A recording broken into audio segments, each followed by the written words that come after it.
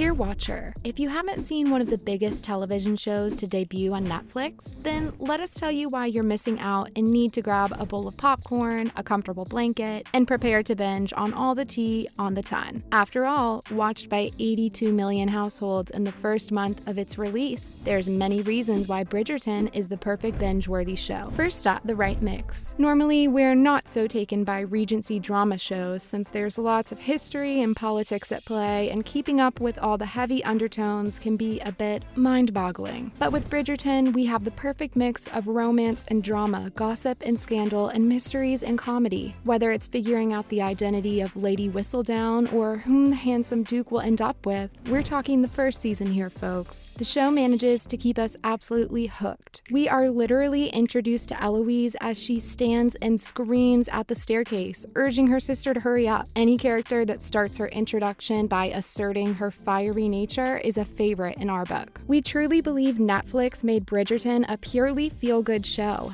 adding in all the right ingredients of romance, the right amount of raciness, drama, suspense, and comedy. Before you know it, you'll feel for Daphne as she makes her debut in society, root for the Duke of Hastings, even though he's known to be a total rake, and identify with Eloise's need for independence. Now, the modern Regency. While period shows take great pains to maintain their accuracy and authenticity, Bridgerton manages to take some liberties in that area and makes an effort to bridge the gap between the old and the new. The result is a perfect blend of a period drama seen through a delicately modern lens. If you found yourself humming along like us to some of the tunes set in the background in various episodes, you'll know exactly what we're talking about. You'd expect the music to be classical in nature, but the producers of the show chose to go with pop songs we're all too familiar with, from the likes of Madonna, Billie Eilish, Ariana Grande, and many more. Fans loved the idea of recognizing their favorite pop hits, and we felt an instant connection the minute we started hearing the instrumental version of Wildest Dreams by Taylor Swift coming out of our speakers. The producers of the show felt rather than going with accurate musical renditions from the era, they'd add in popular instrumental covers to resonate with a wider audience through memory association. While the show depicted a string quartet playing the music, as would be the case during balls, the surprising modern tunes would always hit a note with the audience. Clever tactic, we must say. And representation matters. We're just going to come right out and say it. The cast of Bridgerton is hot, and what's not to love about a cast that gorgeous? Whether it's Regé-Jean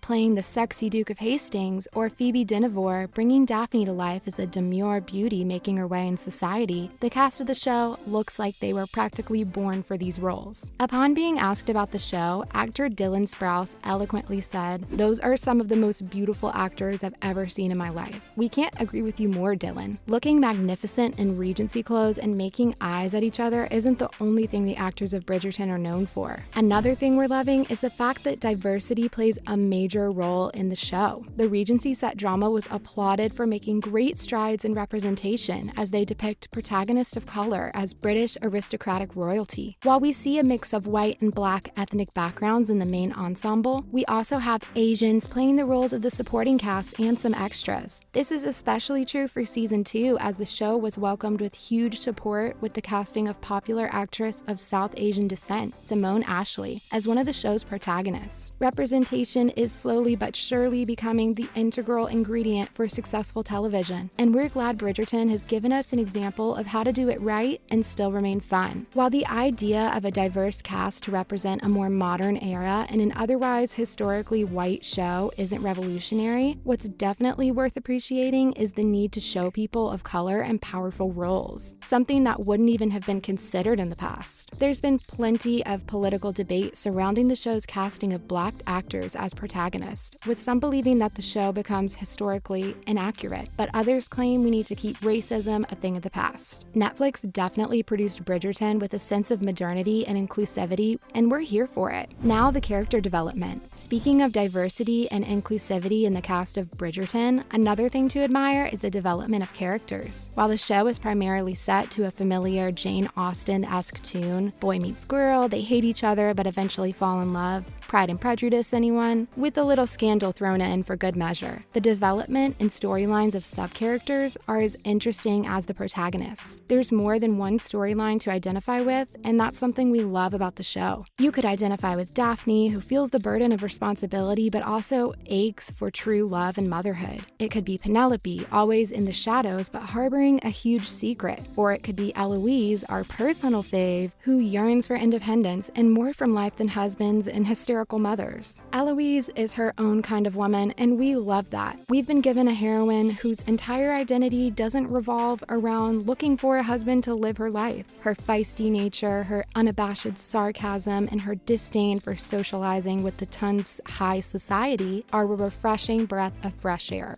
She finds herself aiming for her own ambitions and is a great character that could resonate with a lot of young girls. In fact, we see various women in the show take control of their lives, from Daphne and Penelope to Violet and Lady Danbury. Remember when Daphne punched Lord Nigel Burbrook in the face? Hilarious. Next, society standards. What's a Regency show without scandal? However, Bridgerton makes it extra salacious and brings us scandals from the society that are exposed to the entire ton. We're definitely talking about Lady Whistledown and her weekly gossip columns that have become an iconic reference from the show. Her unending wit, narrated in that perfect upper-class British accent, has us craving for more. As the mystery writer reveals all the secrets of the ton, we can't help but revel in the juiciness of it all. Nothing like a little guilty pleasure from knowing something you're not supposed to know. And now, bells and ball gowns. How do you not fall in love with a show that features exquisite costumes and extravagant balls? We love the fact that the show gives us the whole range of the spectrum, from delicate pastel blues and silvers of the Bridgertons to the gaudy acidic colors and florals of the Featheringtons. Poor Penelope. The contrast between the two families and the way they dress just goes to show how much work was actually put in to give the audience insight. Emmy award-winning costume designer for the show, Ellen Mirojnick, admits that the Regency period's fashion for the show was about inspiration instead of accuracy. The design team chose silhouettes from the 1800s and brought a modern twist and flavor to the show's wardrobe to set it apart. Even the accessories provide comic relief to us as we see lots of feathers for the Featheringtons and tulle and sheer lace for the Bridgertons. The costume team ended up making a whopping 7,500 pieces for season 1, from dresses and shawls to coats and hats. The show is definitely beautifully made, and there was something to admire everywhere we looked. The incredibly intricate ballrooms, Queen Charlotte's elaborate hair, or the stunning Bridgerton estate. We've never loved Regency fashion so much, and you could give us a puffy sleeve any day now. Bridgerton really is the ideal mix of aesthetics with pop culture and Regency romance done right. The show feels enhanced by the vibrant cinematography and unmistakable chemistry between the actors. The show's producers really did justice and more to the romance novels by Julia Quinn, on which the show is based. The improper affairs, the flashy costumes, and the ostentatious estates really reel you in with their exuberance. Even the characters have their own little eccentricities that become addictively watchable. While the show may not be historically accurate, we love the liberties it's taken to bring us a brighter, steamier, and more scandalous version of a reimagined life of high society in the 1800s. While we know for sure this isn't the end of the Bridgerton family and friends, we can't wait to see what more future seasons of this Regency drama has in store for us. That's a wrap for this video. Do you have any reasons why you love Bridgerton that we might have missed? Let us know in the comments below. Make sure to give this video a thumbs up and subscribe to our channel for more videos like this. See you in the next one.